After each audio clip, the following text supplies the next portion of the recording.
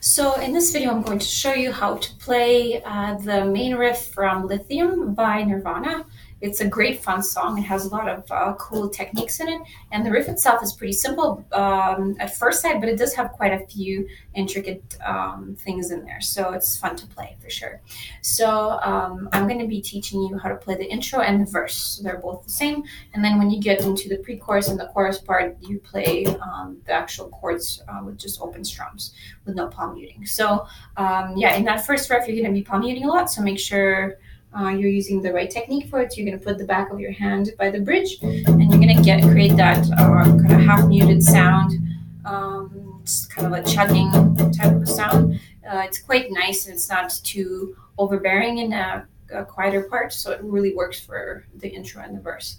We're going to be playing power chords mostly for this, and then some single notes as well.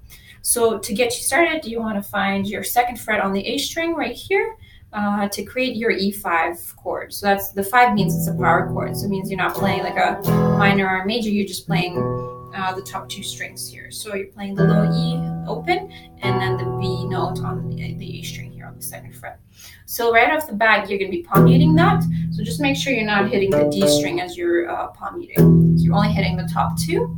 And then you'll see the X, that means you're going to mute it. So there are different ways that people mute the strings as well. So play around with that, see what works for you.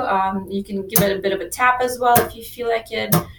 Just really depends on your own style. So I do it something like, that's my personal preference. And of course you can have kind of a louder tap or just quieter, depending on how you want it to sound. And then you play an open low E after that. So basically together we got a chord, just like that. Oh.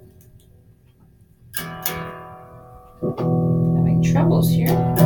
There we go. So again, we got the chord, tap, 0. There it is. So just like that. And after that, you'll notice you got to switch to the next power chord after that. This one here is the G sharp 5, and because the G sharp is our root note, that would be on the 4th fret of your low E string right here. So that's the first finger, and then the 3rd finger will be on the 6th fret of your A string. So here, again, you notice you lift it up and you let them ring. So when you play the 4 and the 6, and you can choose whether you play it all down, so you alternate, it's up to you, whatever your technique is. And then you mute it again, and then you play an open 0 again. So I'll play it nice and slow. We got 4, 6, mute, 0. Just like that. So if I put it together nice and slow, we got, that's what it is here. So I'll do one more time. So when it's played faster, you can't really tell what's going on in there. So it just sounds really rhythmic and simple, yet really effective. So after that, you're going to move that same power chord shape, but lower. So now your root note is on the A string, and this is a C sharp here on the 4th fret.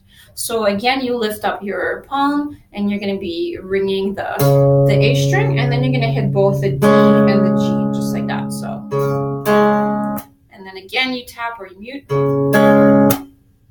and back to that low E palm mute. There we go. Just having technical difficulties. So there it is again. So one more time from that A string on the 4th fret. There it is. And then finally, you're going to go to the A5. So the A is right here. That's on the low E, the 5th fret, that's your A note. So that's going to be your A5 power chord.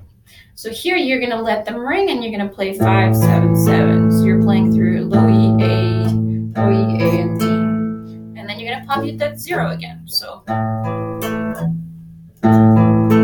just like that. So I'm going to put the whole first line all the way through, and I'll go slowly first. So we got,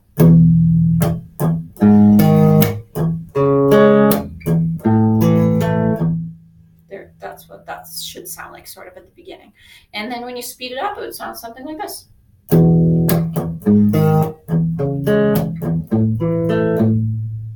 And yeah, so now I'm going to show you how to play the next part.